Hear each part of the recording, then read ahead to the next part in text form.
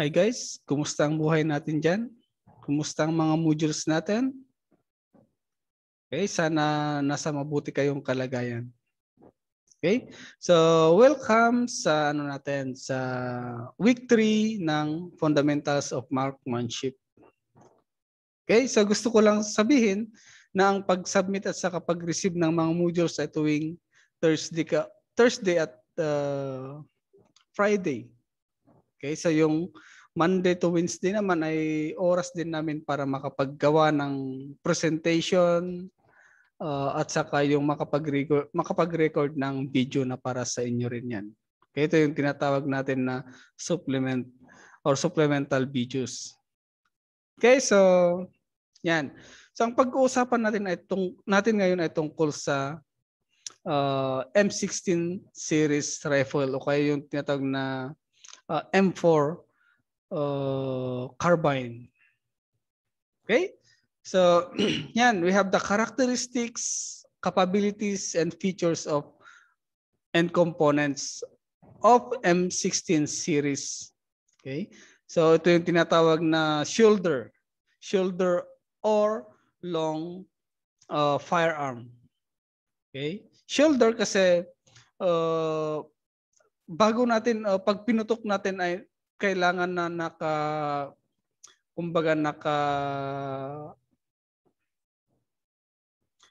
kaya natatouch niya yung shoulder natin. Okay, yung sabat niya.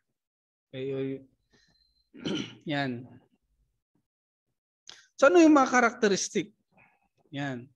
So yung M16 or M16A1 rifle natin ay ito yung weapon are 5.56 mm magazine fed or yung gas operated air-cooled shoulder fire weapon. Yung gas operated kasi yung ibang yung bullet natin o kaya yung bala natin na kung bakit gas operated. Yung sa loob niya kasi bago pa mag-ignite yan o pag nag-ignite yan magpo-produce siya ng gas. Okay? Magpo-produce siya ng gas kung saan yun yung magpapalabas sa bullet niya o yung sa tawag doon o yung bullet mismo, yung tingga na tinatawag. Magkakaroon siya ng pressure since nandun na yung gas, magkakaroon ng pressure, yun yung magpupush doon sa bullet o yung tingga para lalabas. Okay? So, sabi nga natin, M16 series or M4 carbine are shoulder fired weapon. Okay? And M16A1 can be fired in either the semi-automatic or automatic fire mode by rotating the selector lever to the desired mode. Safe, semi and auto. So doon kasi sa barrel, sa may malapit sa may magazine, nandun yung selector niya. So pwede mong safe. Pag sinabi nating safe, hindi mo yun ma-pull yung trigger niya. Yung semi, yan, pwede mong kalabitin yan ng simultaneously, at saka yung auto naman pag kinalapit mo yan, kaya yan lalabas yung either ilang bala yung lalabas, pag kinalapit mo minsan lang yan. Okay? Kaya tinawag na automatic o kaya semi or semi-automatic na tinatawag. So nakita niyo naman yung kung ano yung itsura ng M16 na tinatawag o yung Armalite. 'Di ba? Armalite, M16 Armalite or M16A1 rifle. So pag sinabi nating rifle, ibig sabihin mahaba 'yan, 'di ba? So hindi yan hindi handgun na tinatawag. Kasi yung handgun, magkaiba yung handgun at saka yung rifle. Kasi yung handgun you can use with your hand or single hand lang. Pwede mong gamitin o kaya pwede mong dalhin with your hand. Okay? O kaya pwede mong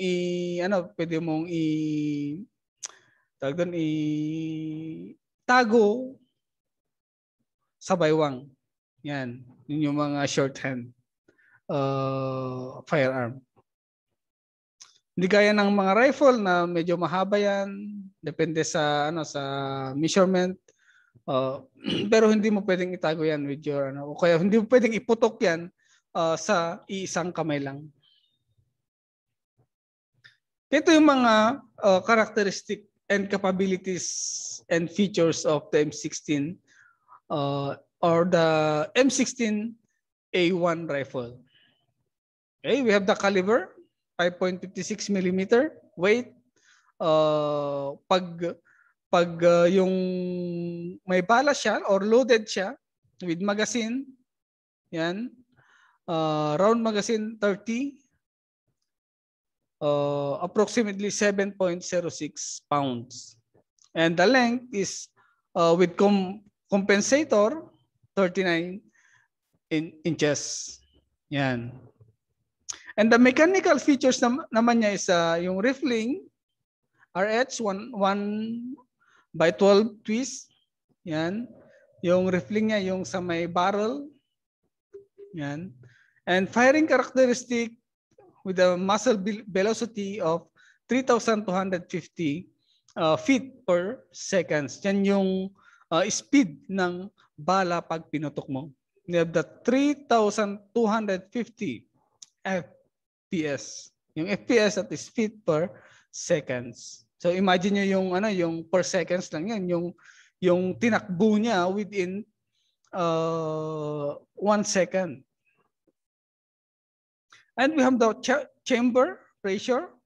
Yan, 52,000 PSI. Ano naman yung PSI? Yan, pressure. Okay, yun yung pressure niya sa loob ng chamber pag pinutok mo. So, syempre kapag yung PSI pag push niya ng bala, yung bullet, yun para makatakbo siya ng 300 o 3,250 feet per seconds. Okay? Yung cyclic rate of fire naman niya is 700 to 800 RPM approximately. Okay? Yung cycle ng fire. Okay? Yung RPM niya o rate per or rotation pag sa mga motor, rotation per minute or rate per minute. Okay? And we have also the maximum effective rates of fire. Yan. The maximum effective rates of fire is pag semi, that is 45 to 65 RPM. Pag auto naman is 150 to 200 RPM. Yan. The sustained rate of fire is 12 by 15 RPM, and the maximum effective range is 460 meter, and the maximum range is about 2,653 meters. So more than 2 kilometer yung maximum range. Yung maximum effective range, ibig sabihin yan, kumbaga yung bala pag pinutok mo yan, kumbaga yun yung diretso pa lang yung takbo ng bala. Pero kapag naabot na niya yung 460 meters, yan medyo mag-iba na yung direksyon ng bala. Ibig sabihin, yung 460 meter na yan, pwede mo pang i-target yan. Pwede mo pang matamahan ng yung target mo. Okay? Na kumbaga kapag finokus mo sa target mo, pwede mo siyang matamaan within 460 meter. Pero kapag yun, lumampas na doon, pwedeng hindi o kaya o kumbaga 50-50 na yung chance na matamaan mo yung target. Okay? So, syempre kapag lalo na kapag semi-automatic yung ginawa mo, syempre mas kumbaga mas madali o mas mas effective yung ano mo, yung target. Okay? Pero pag auto kasi, kung saan-saan na lang yan pupunta. Kung saan-saan pupunta yung bala. Di ba? So, ganun yung M16A1 rifle. Okay, so ito naman yung mga components niya. Okay? The rear sight. So, yan, number 1. Yan, nasa drawing o kaya nasa picture. Sa right side. Okay, sa right side na tayo. Handguard slip ring. Yan. Keeps hand guard in place. Yan. Then flash suppressor. Reduce the amount of flash from muzzle when weapon is fired. Yan.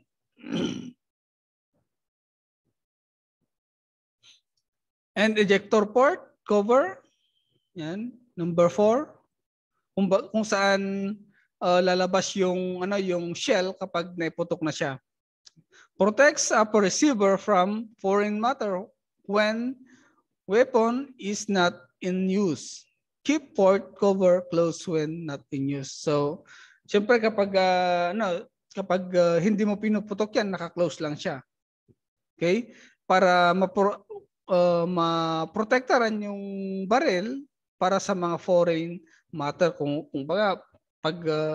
minsan sinabit mo lang yan, di ba? Sinabit mo lang kung saan-saan. Ayun, sa example, kung nasa serbisyo, sinabit mo lang sa may mga kasamahan ka naman na sabihin na natin may galit sa'yo o kaya hindi kayo magkaintindihan, niloko ka, nilagyan ng pako o kaya bato yung loob ng baril mo, nako, yon. Kapag may mission o kaya mag-rescue, mga ganon, wala na, hindi na puputok yan. And cartridge magazine. Yan, alam naman natin yung magazine na tinatawag. Supplies 30 rounds, yung default or yung standard na rounds of ammunition to the weapon. Okay, yun yung standard 30 rounds na tinatawag o kaya 30 na bala yung pwede mong ilagay sa magazine. Yun kasi yung standard.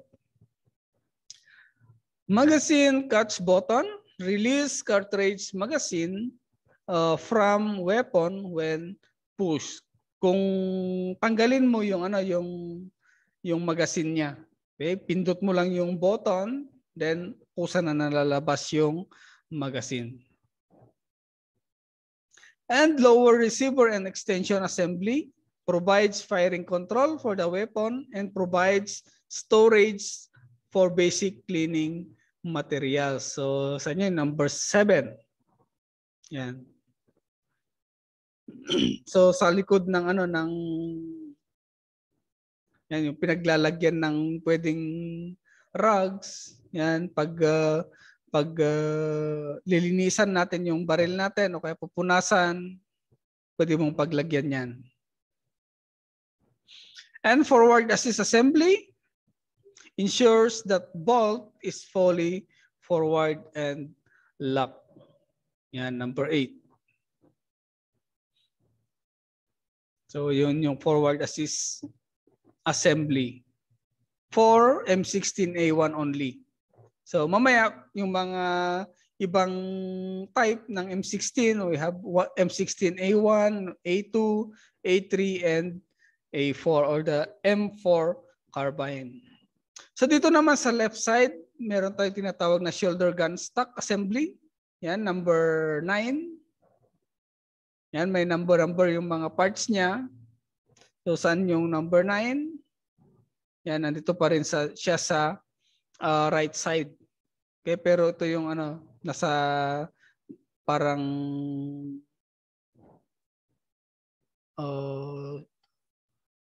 bat na tinatawag.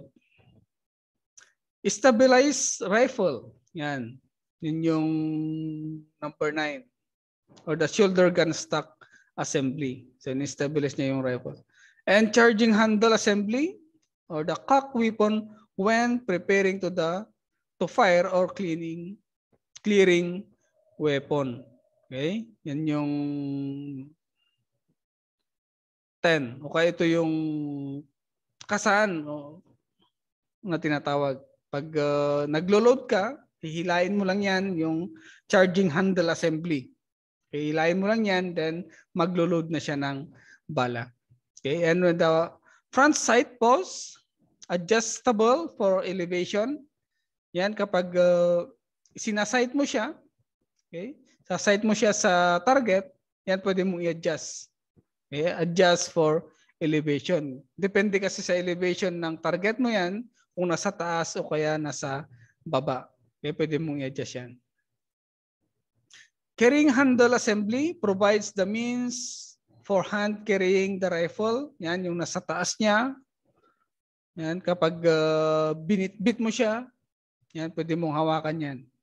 And the selector lever, arm the rifle and semi or automatic or save the rifle. Yan. Trigger or yung tinatawag na gatilyo, di ba? Controls the firing of the weapon. Yan, number 14. Yan. And small arm sling provides the means for shoulder carrying the weapon. Yan, yung sling niya, yung tali, kumbaga, kung bibit-bitin mo kaya ilalagay mo sa shoulder mo. And bolt catch moves the key and bolt carrier assembly forward when depressed. Yan, yung bolt catch na tinatawag. Example, yung bolt catch kasi kapag yung pag nag-load siya o kaya naubos yung yung bala sa magazine, automatic yan kasi na yung tawag doon, yung charging handle or assembly niya ay kusa yan na mag pull back. Okay? Aatras yan. Then hanggat na once na tinanggal mo yung yung magazine niya, mag-stay parang yung yung pistol, di ba? Kapag nawala na yung bala, automatic yan nagpo-pull back. Kaya atras yung kasan niya. Then kung lalagyan mo ng magazine, yan, yun, ipupush mo yan para babalik sa dati. Okay? Ipupush mo yan para maglo-load siya ulit. Yun yung bolt catch. Okay, moves the key and bolt carrier assembly forward when depressed. Yan. And the bayonet stud hold bayonet in place. And the upper receiver and barrel assembly direct the projectile upon firing. Okay, so kung bakit may barrel yung mga barrel para diretso yung yung takbo ng bala. Okay. So isipin niyo na kapag walang barrel yung barrel o kahit na yung pellet gun, imagine niyo na lang yung pellet gun, di ba? Pag walang barrel, kung saan-saan napupunta yung bala. Pero kapag may barrel, lalo na kapag may grooves na tinatawag, mas yung bala, mas accurate yung takbo niya o kaya mas accurate yung pag-target. Diba? So, yun. Pero kung minsan yung mamaya makita natin yung shotgun na tinatawag, yan, medyo yan plain siya o kaya soft or smooth yung niya, yung sa loob ng barrel walang grooves and lance or walang riffling. Yan. So next is the M16A2. Yan. So kung titignan nyo yung yung itsura ng M16A1 at saka ng M16A2 or A3 ay parehas lang. 'Di ba? So the M16A2 or A3 rifle features several improvements over the M16A1. It is designed to fire either semi-automatic or 3-round bursts through the use of a selector lever. Kaya yung semi-automatic kasi, kapag kinalabit mo yan, 3 agad yung lalabas na bala. Okay? Semi-automatic yan.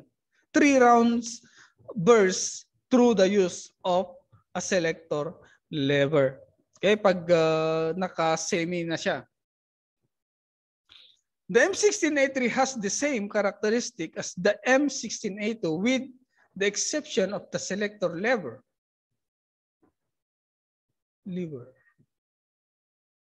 Yan, the semi and auto. This weapon fires full automatic. Okay, pag sinabi kasi natin na automatic, kapag pinindot mo kaya pinul mo yung trigger, yan, kusa na lalabas yung bala. Okay, kusa na puputok yan, automatic yan. O yung burst. Yan.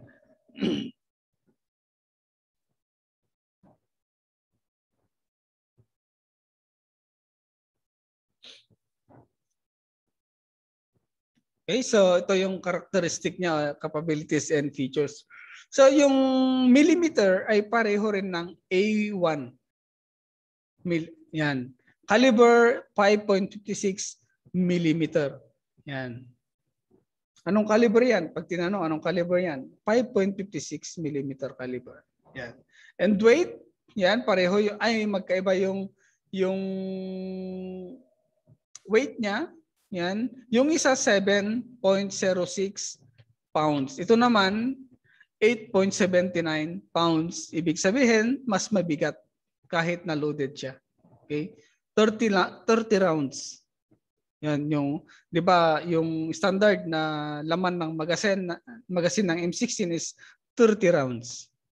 Yan. Pero mas mabigat pa rin yung M16A2 or A3 rifle. Yan. Length is with compensator 39.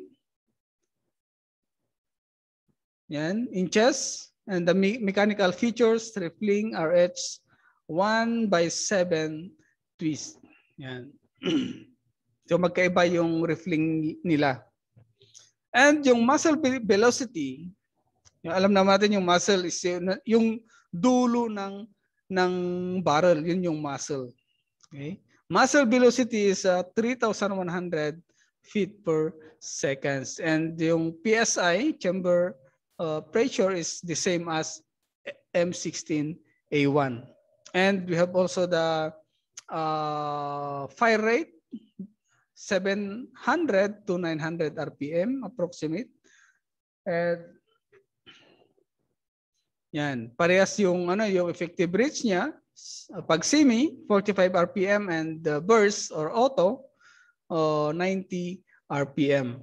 Yan, yung effective range is mas malayo yung M16A2 kaysa sa M16A1 kasi yung natin, yung A1 is 460. Tama ba? 460 meter. Yan, tama. Ito naman is 550 meters. Yan, individual point target. Yan. Pag area target naman is 800 meters. So kumbaga mas accurate yung target mo kasi mas malayo yung range.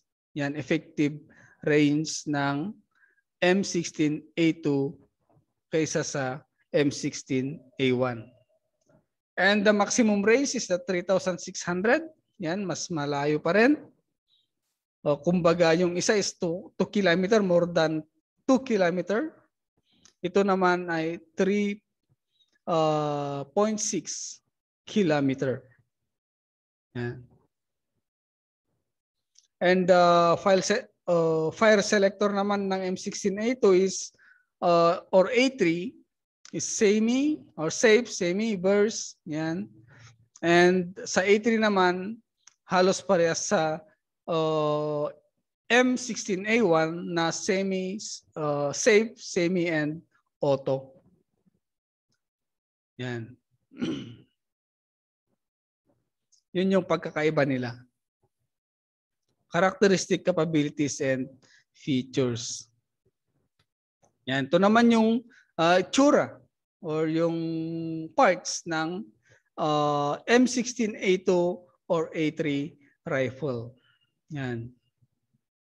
So kung titignan natin, halos parehas din yan. Pero yung sight niya, mayroon na siyang windage knob. Yan. Pwede, example, pag siguro pag pwede mong i-adjust yan, example, pag malayo o kaya yung trajectory, firing trajectory na tinatawag. Okay? Gaya rin ng M16A1 or A1 na tinatawag, yung mga parts niya parehas din, kaya lang may mga naidagdag. Okay? Yan. Tignan niyo sa picture. The elevation knob, 'di ba? Wala yung elevation knob sa M16A1. Yan. Yan, elevation knob, wala. Yan. Yung rear sight at saka yung front sight lang yung nandun. So yung feature niya, mayroon na yung elevation knob. And we have the charging handle, rear sight wind gauge, knob, is spent brass, deflector. So wala yun sa kabila. Yan. Front sight assembly. Yan. Bayonet stud, ejection port cover, magazine, release button, trigger, forward assist assembly. Yan. And ito yung selector. Safe, burst, semi, at saka yung burst. So, yun yung pagkakaiba nila isang pagkakaiba nila sa M16A1. Then, compensator. Yan, ano ba yung gamit na compensator? Yun yung sa dulo, di ba? Yung may butas-butas sa dulo ng M16. And square front sight post. Yan, yun yung isang yung pagkakaiba nila. Carrying handle, bolt catch, butt plate assembly, yan. And selector lever, butt stock. Yan. So yun yung kumbaga na-upgrade yung M1 o A1 to A2 or A3. Yan. So yung mga components of M16, A2, and A3 rifle. Yan. Dito naman sa M16A4, yan, medyo mas na siya. Kumbaga na-upgrade na siya. Yan. The M16A4 rifle features additional product improvements over the M16A2 and A3. It is designed to fire either semi-automatic or a 3-round burst through the use of the selector lever. Yan. And burst. The only changes from the M16A1, A2, A3 are the additional of the M5 rail adapter system and the detachable carrying handle. Yan. So, yun yung pagkakaiba nila. Yung rail adapter at saka yung detachable carrying handle. Kumbaga yung una, A1, A2, A3 ay hindi natatanggal yung handle niya, carrying handle. Yan. Pero ito yung A4 ay pwede nang tanggalin. Yan. Pero tignan nyo yung itsura, parang ang pangit pag wala yung handle, di ba? Yan. So, Ganon pa rin yung caliber. Yan, 5.56 pa rin siya with the 30 rounds. Magazine, yan, pareho yung weight ng 8.79 pounds and the length with 39 inches. Rifling, parehas nila sa A2, A3. 1x7 twist and detachable carrying handle with integral accessory mounting rail. And so pwede kang maglagay ng accessories like like telescope, mga ganon, yung binoculars niya. And like A1, A2 and A3, muzzle velocity with 3,100 feet per seconds and chamber pressure with 52,000 PSI. So pare-parehas lang sila ng PSI, di ba? Yung pressure ng chamber niya. And cyclic rate of fire is 800 RPM, proximate. And fire selector, yan, pare-parehas na. Safe semi-burst, yan. And effective rate of fire, pag pinutok mo, yung gaano ka-accurate, yung tama or yung target, 45 RPM, burst 95 or 90 RPM. And sustained rate of fire, 12 by 15 RPM. And maximum effective range is 550 meters individual point target and 600 meters area target. Okay?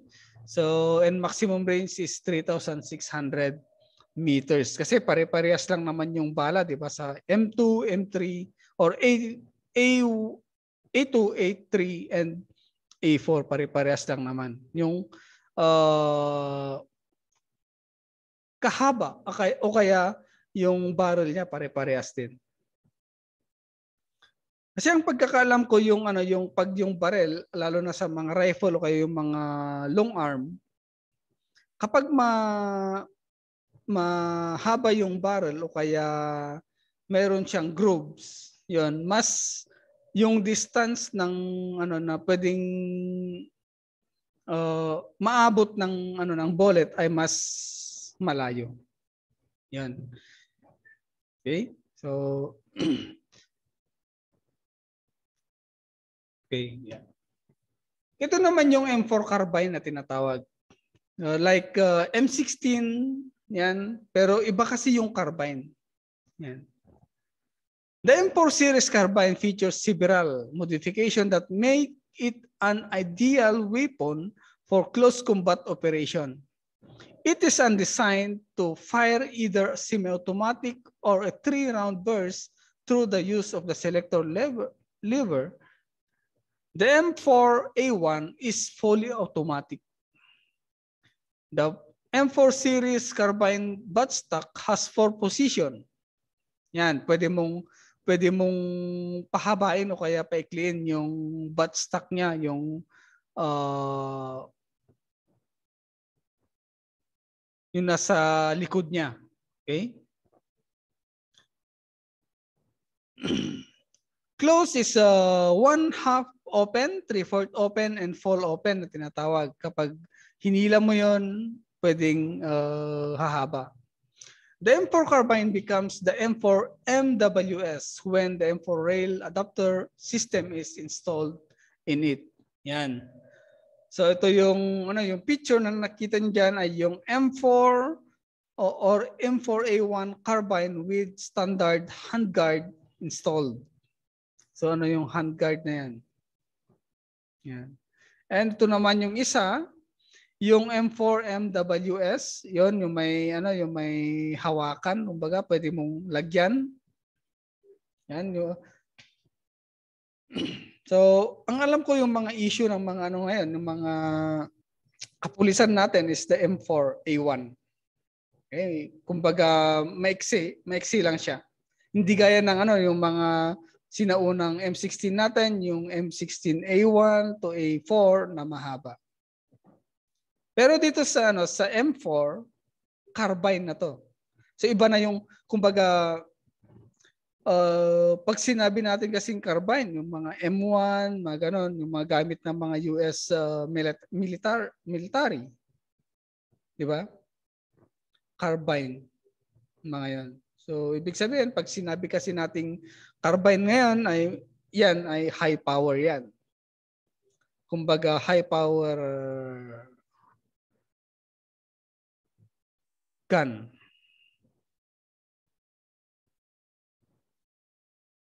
Okay, so yan. Yung capabilities naman, like parehas din sa yung caliber niya is 5.56 millimeter. Yan, yung weight, yun nga, mas maigsi, kaya mas magaan. So like sa A1, A2, A3, so yan, ito 7.5 pounds lang siya. Yan yung length niya kapag yung buttstock, yan, yung butt niya, pag naka-close yan is 29.75 inches. Pero kapag naka-open yan, fully open, 33.0 inches. So yung yung iba, yung series M16 series is 39 inches, di ba? And we have the detachable carrying handle with integral accessory mounting rail. Buttstock has 4 position. Yan, 1/2 open or close, 1/2 open, 3/4 open, and fully open. And the muzzle velocity is 2,970 FPS. So mas yung velocity or muzzle velocity niya, kumbaga yung pag sa Ilocano yung jigutad na, kumbaga. Yan. 'Di ba? Pag pinutok mo yung galaw ng ng baril, yun yung muzzle velocity na tawag is 2,970 o yung tawag doon. I'm sorry, yung muzzle velocity pala, yun yung speed, okay? Speed ng bala kung saan pag pinutok mo. Okay? Yung chamber pressure naman is yung parehas lang yung iba. Okay, yung from M16 series, yan 52,000 PSI. And cyclic rate of fire 700 to 970 RPM, and fire selector, yan. Pag sa M4, safe, semi, and burst, and safe, semi, auto. Okay, yun lang, parehas yung burst at saka yung auto, parehas lang naman yung yung pagkalagay lang ng selector niya. Okay? And yan, maximum effective rate of fire is pag semi 45 RPM and burst or auto is 95 RPM. Okay, kung yung RPM kasi yun yung bilis, okay, yung bilis na lalabas yung bala o kaya yung pagkuha niya ng bala. Yan. Pag semi 45 RPM yan, siyempre mabagal lang. Pero kapag burst o kaya automatic, yan, pag pindot mo o kaya pag kalabit mo ng gatilyo, yung bilis na paglabas ng bala ay medyo mas talaga mas mabilis talaga siya. Okay? Kaya nga tinawag na automatic or burst. Pero yung ang pagkakaiba lang kasi pag burst, hindi mo pwedeng i-target na i-aim mo talaga yung target mo. Okay? Kasi yung bilis ng kumbaga, pag automatic, kahit ano na yan, kahit hindi mo naman pwedeng i-aim yung target mo kapag naka-automatic yan. Hindi mo pwedeng ilagay sa shoulder mo. Okay? Pero pag semi, at least, naka-shoulder yan at pwede mong i-aim yung target mo. Okay? Yun yung pagkakaiba ng M16 series at saka M4 carbine. Kung titignan niyo yung picture o kaya yung itsura niya, yung physical na anyo niya ay halos magkakapareho lang, Pero kapag yung tignan nyo yung mga features, yung characteristic and capabilities ay magkakaiba. Okay? So yan, yung component ng M4 carbine. Yan. Buttstock assembly, lock release lever, retaining nut, lower receiver extension. So, yan. Same component as the M16 series rifle with the exception of the adjustable buttstock shown below. Yun, yung buttstock kasi ito, assembly. Pwede mong hilain yan, mag-adjust yan. So kaya nga may selector din yan, yung close, 1/2 open, 3/4 open, and fully open. Yan, para hahaba yung butt niya.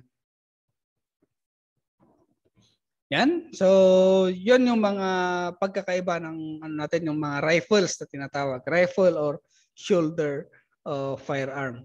So, ito, dagdag natin yung shotgun na tinatawag. Yan. Shotgun. Ano naman yung shotgun? It's also known as a scatter gun and paper gun, or historically as a fowling piece. Shotgun is a firearm that is usually designed to be fired from the shoulder, which uses the energy of a fixed shell to fire a number of small spherical pellets called shot, or a solid projectile called a shotgun slug. Okay? Yun yung shotgun. Okay? Example din yan ng shoulder firearm or long firearm na tinatawag. Pero ang pagkakaiba lang nila, since shouldered firearm siya, pero yung shotgun kasi, it uses the energy of a fixed shell, yan, to fire a number of small spherical pellet called shot. Okay? Yung bala kasi niya, 'di ba, unlike sa ibang bullet o yung bala ng baril, yung shotgun, maraming tawag doon, yung pellet o kaya slug na tinatawag. Okay? Doon sa loob ng bala, aside from the powder, okay, yung powder niya, yung tawag doon, yung primer, meron pa siyang kumbaga imbes na bullet yung nandun, pellet. Okay? Marami na na mga kumbaga sa granada, yung sharp nail na tinatawag, di ba? So, yun yung pag sa bullet ng shotgun, pellet yung tawag or slug. Okay, pellet or shotgun slug. Yan. So, example yan ng shotgun. So, magkaibang yan. So, ngayon yung mga shotgun, may mga automatic na ngayon na mga or semi-automatic na shotgun, kung saan habang kinakalabit mo yung gatilyo, pumuputok yan. Pero yung iba kasi tinatawag na single shot kasi kailangan na ikakasamo yan bago mo kakalibitin. Pero ngayon yung mga ibang klase ng shotgun ay medyo semi na siya, semi-automatic. Okay? Kung tutusin, yun yung tinatawag nila na diplato o kaya di magazine. Yan. May magazine na. Okay? So, yung parts of a pump action shotgun is yan. Magkaiba sa yung nasa taas. Okay? You have the recoil pad, receiver, ejection port, magazine, barrel, front sight, stock, trigger, magazine loading port, and fore-end. Yan, yun yung kasanya, yung fore-end. So, napapansin nyo yung shotgun, walang magazine yan. Di ba?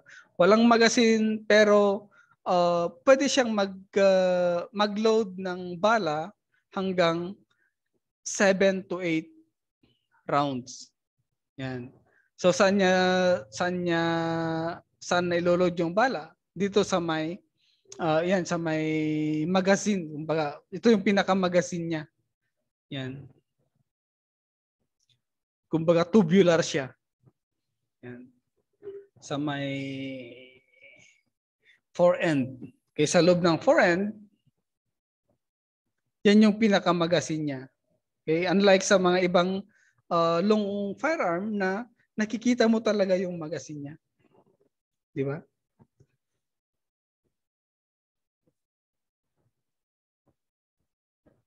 Yan. Then, yan. Sabi nga natin yung yung ibang baril, yung mga short o kaya yung handgun, yung pistol at saka yung revolver, yun sa may barrel niya, meron siyang grooves at saka lang. Pero yung shotgun, wala. Kumbaga, smooth bore na tinatawag. A shotgun is generally a smooth bore firearm, which means that the inside of the barrel is not rifled with lance and grooves. So walang riffling na tinatawag. That cause rotation of the projectile. Siyempre, paano naman mag-rotate yung mga pellet, di ba? O yung mga slugs. Preceding smoothbore firearms such as the musket were widely used by armies in the 18th century. The direct ancestor to the shotgun, the blunderbuss, was also used in a similar variety of roles from self-defense to riot control, and it was often used by cavalry troops due to its general shorter length and ease to use, as well as by coachmen for its substantial power. So, yan yung shotgun kasi kahit na kumbaga yun yung tinatawag na single shot lang siya, pero yung slug o kaya yung pellet naman sa bala niya, once na tumama yan o once na pinutok mo, kakalat yan. Okay? Parang fish net na tinatawag. Na kapag sa umpisa, pag pinutok mo sa may barrel, kunti lang yung kumbaga maliit lang yung pag-spread ng mga yung dikit-dikit muna sila. Pero paglabas, within 10 meters, doon na siya mag-umpisa na kakalat o kaya lalawak na yung coverage ng kumbaga yung pellet niya o yung slug na tinatawag. Okay? Pero may mga shotgun din na isa lang yung laman ng bala. Okay? O ito yung tinatawag na single bird. Yan. Single bird kung saan isa lang yung laman ng bala niya. O kaya ibig sabihin, mas malaki. Of course, kapag malaki yan, pag tumama naman yan, malaki din yung tawag na yung butas, kumbaga. Diba? Kung ano yung siyempre pag malaki yan, yung injury ng tao mas malaki o mas malaki yung damage niya. 'Di ba? So, yan yung pagkakaiba ng characteristic o yung features, capabilities ng mga shouldered gun or long firearm. Okay, kapag shoulder gun, yan pinapatong yan sa tawag dito sa shoulder. Okay? So yung mga yung mga machine gun, di mo naman pwedeng ipatong yan sa shoulder. Okay, yung mga sniper, mga ganon, pwede pa. Kasi pinapatong naman talaga yan sa mga shoulder. Yan. So, yan yung mga mostly or common na ginagamit na rifle o long firearm with the shoulder. Okay, para madaling itama, papatong yan sa shoulder para hindi gagalaw ng masyado. Okay? So hanggang diyan lang yung ano natin, yung topic natin, yung discussion natin tungkol sa shoulder and long firearm. Okay, so maraming salamat at yung module niyo naman yan may activity yan. Okay, yan pinaikli na yan. So dapat sagutin niyo lahat at sa palagi ko naman yung ano natin, yung mga activities, ang kasagutan nandyan lang sa module at yung ano naman, yung ginawa natin na to, yung presentation na to, yung video na to, kumbaga supplement lang sa module nyo. Okay, kumbaga katulungan lang yan para sa module nyo o dagdag kaalaman. Diba? So yan, hanggang dito na lang at maraming salamat. Okay.